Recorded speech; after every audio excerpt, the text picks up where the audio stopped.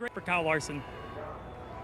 So much stress on the pit boxes down the stretch. Let's get Denny Hamlin radio restarting from the inside lane. Let the 19 know we got to stay together here. Can't kill our line. We're just trying to get that 19 to commit all the way to turn one. You've got teammates on both lanes, so you both got to kind of stick with each other to make this work. Nemechek in control, outside lane. Hamlin's had some big restarts the last couple of weeks to get the lead and get the victory. We'll see what happens here. 50 to go.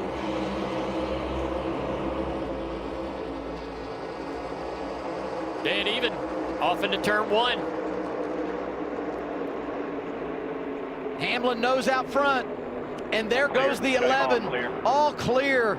Started on point, won a stage, cycled out of the lead through strategy, but with 50 to go, he's in charge again. Yeah, not a good sign for the rest of the field to see that 11 car up front. 3 wide here for around 10 through the tunnel. Breeze way up there against the wall.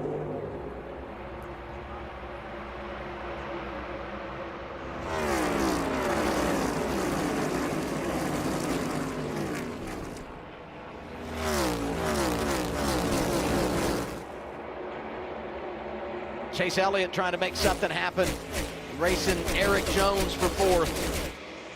Trying to get a little side draft right there as you see Reddick to be inside of Priest down here, 3 wide.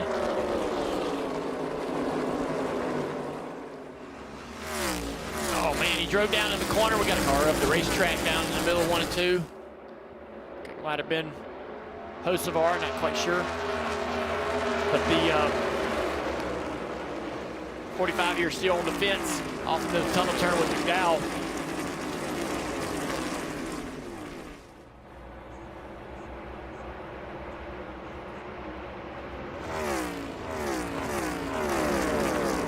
Austin Hill trying to make it 3 wide. He hasn't spent a lot of time on the racetrack with Chastain in recent years to understand that wasn't going to be an option. Oh, the 12 into the wall. He's not going to be happy.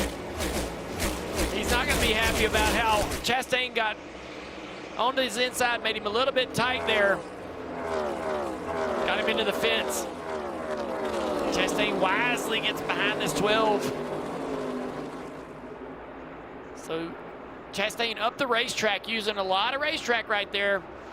Ryan's got a right to be upset. Contact wasn't as bad as it looked the first time by. I believe the 12 is going to be okay.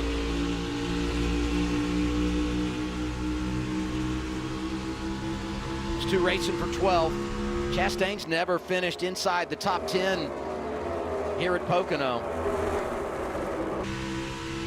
The best car on the racetrack, plus the clean air, in control of the race.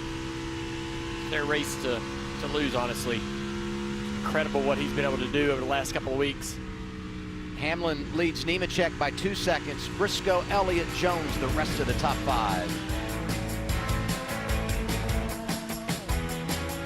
Position to maybe make a move on the legacy car there, the 42 John Hunter Nemechek, but couldn't quite get the job done. Just maybe a little more speed right now in that 5 car.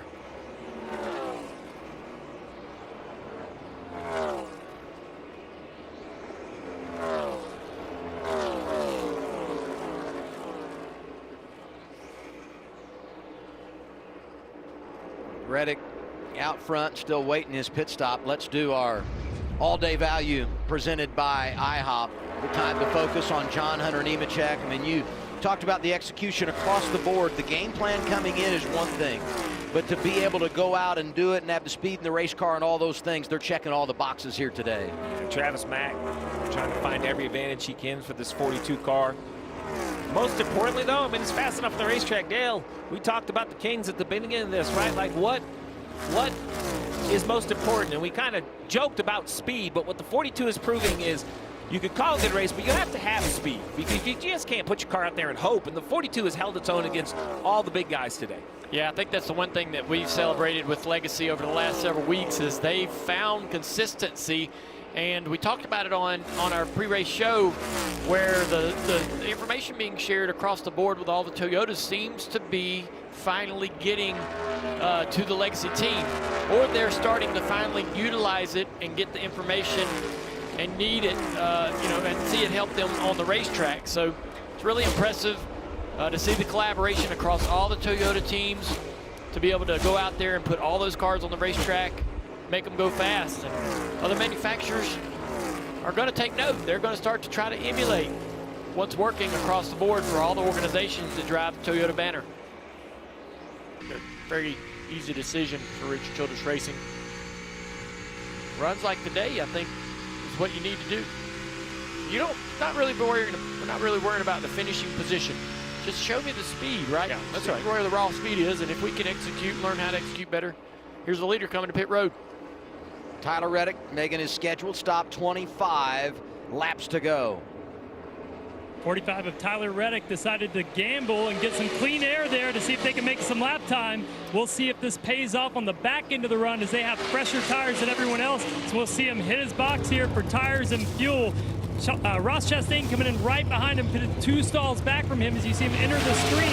Ross Chastain has been building free, and he asked for a small chassis adjustment, which, you know, Steve, might slow down that pit stall a little bit. Yeah, you see 9.7 on Reddick, 9.0 for Chastain. Great stop for the 1. I will say that the Hamlin has lost a little bit of his gap to Byron, mostly because of traffic. I think he's having a little bit more trouble getting through traffic than Byron is.